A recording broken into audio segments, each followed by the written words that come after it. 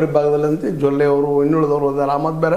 ಆದರೆ ಮೊದಲು ಹುಕ್ಕೇರಿ ಅದ್ರ ಜೊತೆಗೆ ಬದಿಯ ರಾಯಬಾಗದಲ್ಲೂ ಸಹಿತ ಅವರು ಇವತ್ತು ರಾಯಬಾಗದ ಒಂದು ಕಾಲದ ಹುಲಿ ಅಥವಾ ಉತ್ತರ ಕರ್ನಾಟಕದ ಹುಲಿ ಅಥವಾ ರಾಯಬಾಗ ಹುಲಿ ಅಂತ ಕರಿಕೊಂಡಂಥ ಮಣಿತಂದವರು ಸಹಿತ ಅವರು ಇವತ್ತು ನಮ್ಮನ್ನ ಉಳಿಸ್ಕೋಬೇಕಪ್ಪ ಅಸ್ತಿತ್ವ ಅನ್ನೋ ಕಾರಣಕ್ಕಾಗಿ ಅವರು ಜಾಗೃತರಾಗ್ತಾ ಇದ್ದಾರೆ. ಮತ್ತು ಸೌದಿಯವರಂತೆ ಲಕ್ಷ್ಮಣ ಸೌದಿಯವರಂತೆ ನೇರವಾಗಿ ರಮೇಶ್ ಜಾರಕಿಹೊಳಿ ಜೊತೆಗೆ ತಮ್ಮ ಟಗ್ ಆಫ್ ವಾರ್ನ ಮುಂದುವರಿಸ್ಕೊಂಡು ಹೊಂಟಿದ್ದಾರೆ. ಅಂದರೆ ಇದರಲ್ಲಿ ನಾನು ಯಾಕೆ ಹೇಳ್ತಾ ಇದ್ದೇನೆ ಅಂದ್ರೆ ಇವತ್ತು ಜಾರಕಿಹೊಳಿ ಅವರ ವಿರೋಧಿಗಳು ಇವತ್ತು ತಮ್ಮದೇ ಆದ ಸಂಘಟನೆಯನ್ನು ಇನ್ನಷ್ಟು ಬಲಿಷ್ಠ ಮಾಡ್ಕೊಳ್ತಾ ಇದ್ದಾರೆ. ತಮ್ಮ ಕ್ಷೇತ್ರಗಳನ್ನು ಮೊದಲು ಉಳಿಸ್ಕೊಳ್ಬೇಕಪ್ಪ, ಅಲ್ಲಿ ನಾವು ನಮ್ಮ ಅಸ್ತಿತ್ವ ಉಳಿಸ್ಕೊಂಡು ಹೋಗಬೇಕು ಅನ್ನೋ ಕಾರಣಕ್ಕಾಗಿ ಅಲ್ಲಿ ಜನರ ಸಂಪರ್ಕ ಮಾಡೋ ಜೊತೆಗೆ ಪ್ರಚಾರ ಪ್ರಿಯತೆಯೋ ಅಥವಾ ಪ್ರಚಾರತೆಯನ್ನು ಮಾಡ್ಕೊಳ್ತಾ ಇದ್ದಾರೆ.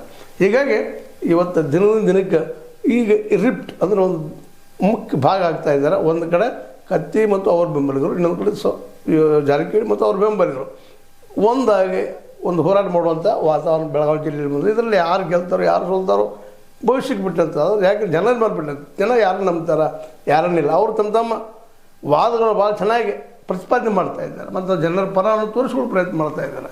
ಎರಡೂ ಕಡೆ ಜನ, ಒಂದು ಕಡೆ ಸತೀಶ್ ಅವರಂತೂ ಅಹಿಂದ ಮೂಮೆಂಟ್ ಮಾಡ್ತಾ ಇದ್ದೇವಪ್ಪ ನಾವು, ಹಿಂದುಳಿದವರ ಪರಿಸ್ಥಿತಿ ನಾವು ದಲಿತರದಾಗಿರ್ಬೋದು ಅಥವಾ ಇವತ್ತಿನ ಆದಿವಾಸಿಗಳದಾಗಿರ್ಬೋದು ಅಥವಾ ನಮ್ಮ OBC ಆಗಿರ್ಬೋದು ದಾಮದಪ್ಪ ಅನ್ನೋದು ತೋರಿಸ್ಕೊಳ್ಳೋ ಪ್ರಯತ್ನ ಮಾಡ್ತಾ ಇರ್ತಾರೆ.